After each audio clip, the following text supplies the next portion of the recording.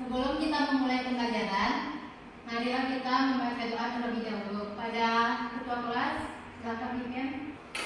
Baiklah teman-teman, sebelum kita memulai pembelajaran pada hari ini, alangkah baiknya kita berdoa terlebih dahulu. Berdoa mulai. Berdoa selesai. Baiklah, sekarang kita absen terlebih dahulu ya. Iya, Bu. Cica, Hadir, Bu. Hidayah, Hadir, Bu. Lilis, Hadir, Bu. Yola, Hadir, Bu. Diana. Hadir, Bu. Oke, berarti masuk semua ya. Iya, Bu. Oke, sebelum kita memulai pembelajaran, Ibu ada ice breaking terlebih dahulu. Ikut Ibu ya. Iya, Bu. Tepuk, wow. Bentuk W, bentuk O, bentuk W. Wow, betul. Oke, jadi di sini breakingnya berdiri ya. Ya, Bu. Ayo sekarang berdiri. 1, 2, 3. Tepuk, wow. Bentuk W, bentuk O, bentuk W. Wow. Sekali lagi ya. 1, 2, 3. Tepuk, wow. Bentuk W, bentuk O, bentuk W. Wow.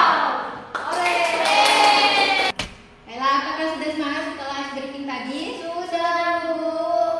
Oke, jadi sekarang kita masuk ke pembelajaran ya. Iya, Bu. Jadi di sini ada yang tahu kita mau mempelajari tentang apa? Belum. Oke. Jadi sekarang kita mempelajari tentang Isra Mi'raj Nabi Muhammad SAW. Oke. Di sini Ibu meminta satu orang untuk membacakan Quran surat Al-Isra ayat 1. Lilis? Ya. A'udzu billahi minasyaitonir rajim. Bismillahirrahmanirrahim. Subhanalladzi asra bi 'abdihi lailan minal masjidil haram ilal masjidil aqsa alladzi barakna haulahu linuriyahu min ayatina innahu huwas samiul basir. Shadaqallahul azim.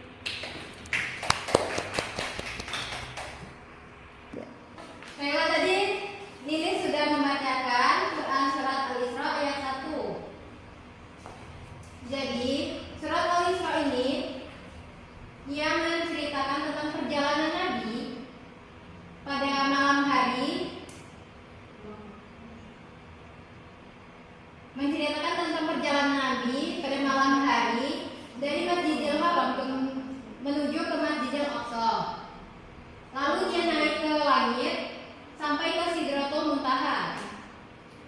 Jadi di sini maksudnya Isra Mi'raj itu ialah perjalanan dari Nabi Muhammad SAW di malam hari dari Masjidil Haram ke Masjidil Aqsa. Lalu dia naik ke langit sampai menuju ke Sidratul Muntaha. Lalu oke, jadi sekarang peristiwa Isra Mi'raj itu terjadi pada tanggal 27 Rajab tahun 621 Masehi, yang dimana perjalanan Isra Mi'raj ini dilakukan oleh Rasulullah SAW pada usia 51 tahun. Lalu di langit ketujuh ini, yaitu Sidratul Muntaha, Allah memerintahkan kepada Nabi Muhammad SAW untuk melaksanakan sholat sebanyak 50 kali. Tapi karena Rasulullah merasa umatnya tidak sanggup untuk melakukan sholat sebanyak itu, maka dia meminta kepada Allah untuk menurunkannya. Jadi Allah menurunkan sholat itu menjadi 5 waktu yang kita lakukan seperti sekarang ini, yaitu sholat Isya, Maghrib, Asar,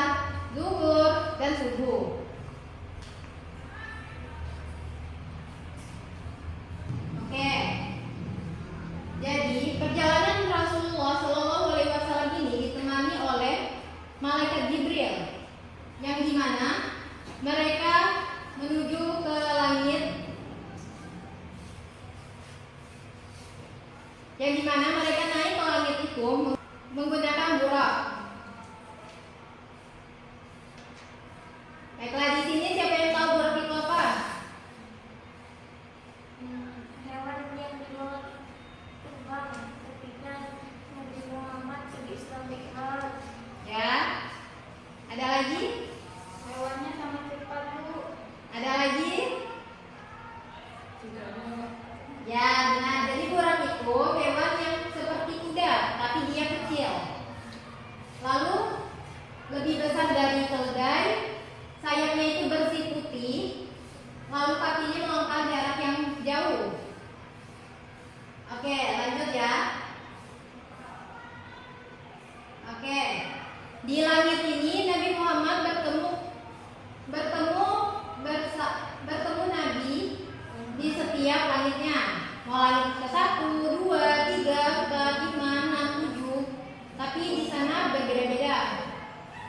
Di langit pertama, Nabi bertemu kepada Nabi Adam alaihissalam, yaitu manusia pertama di bumi yang diciptakan oleh Allah Subhanahu wa taala. Lalu Rasulullah sempat bertegur sapa sebelum melanjutkan perjalanannya kepada Nabi Adam, dan Nabi Adam membekali doa agar Rasulullah selalu diberikan kebaikan.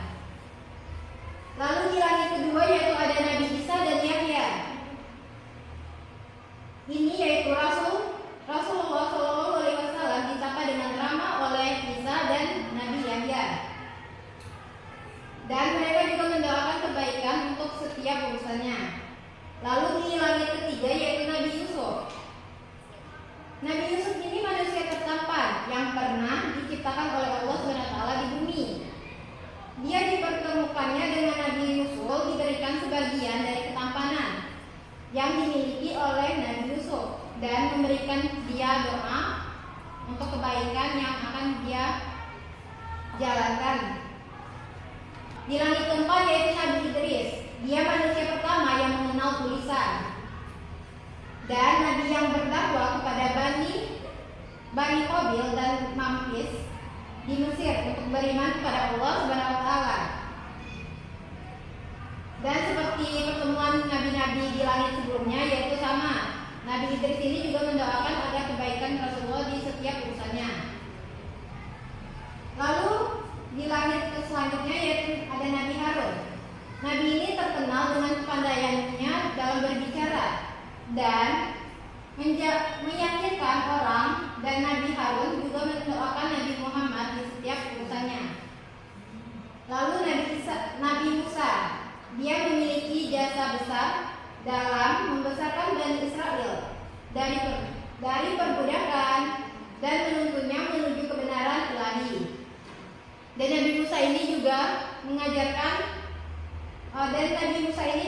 memberikan doa untuk Rasulullah agar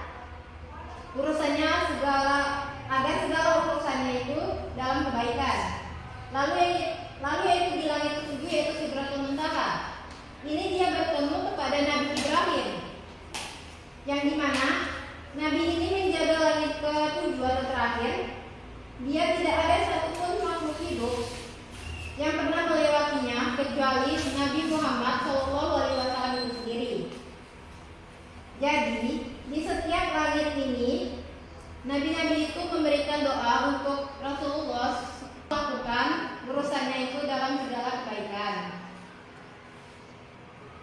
Oke, di sini Abu Bakar itu menjadi orang pertama yang membenarkan peristiwa Isra Mi'raj ini, sehingga Abu Bakar mendapatkan gelar As-Siddiq yang berarti membenarkan.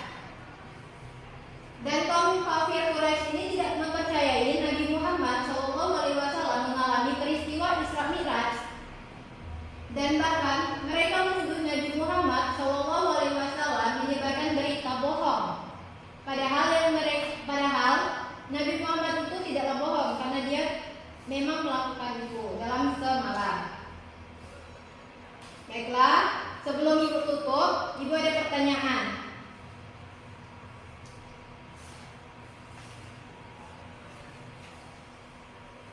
Di peristiwa Isra Mi'raj ini, Abu Bakar kan mendapatkan gelar As-Siddiq.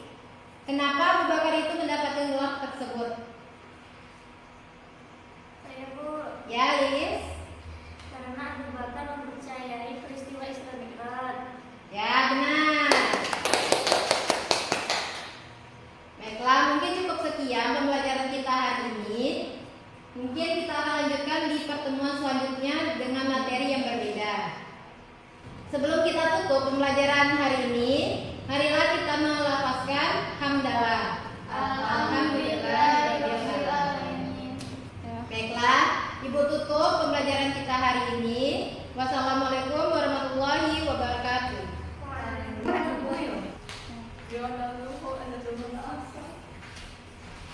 Dan coba lagi.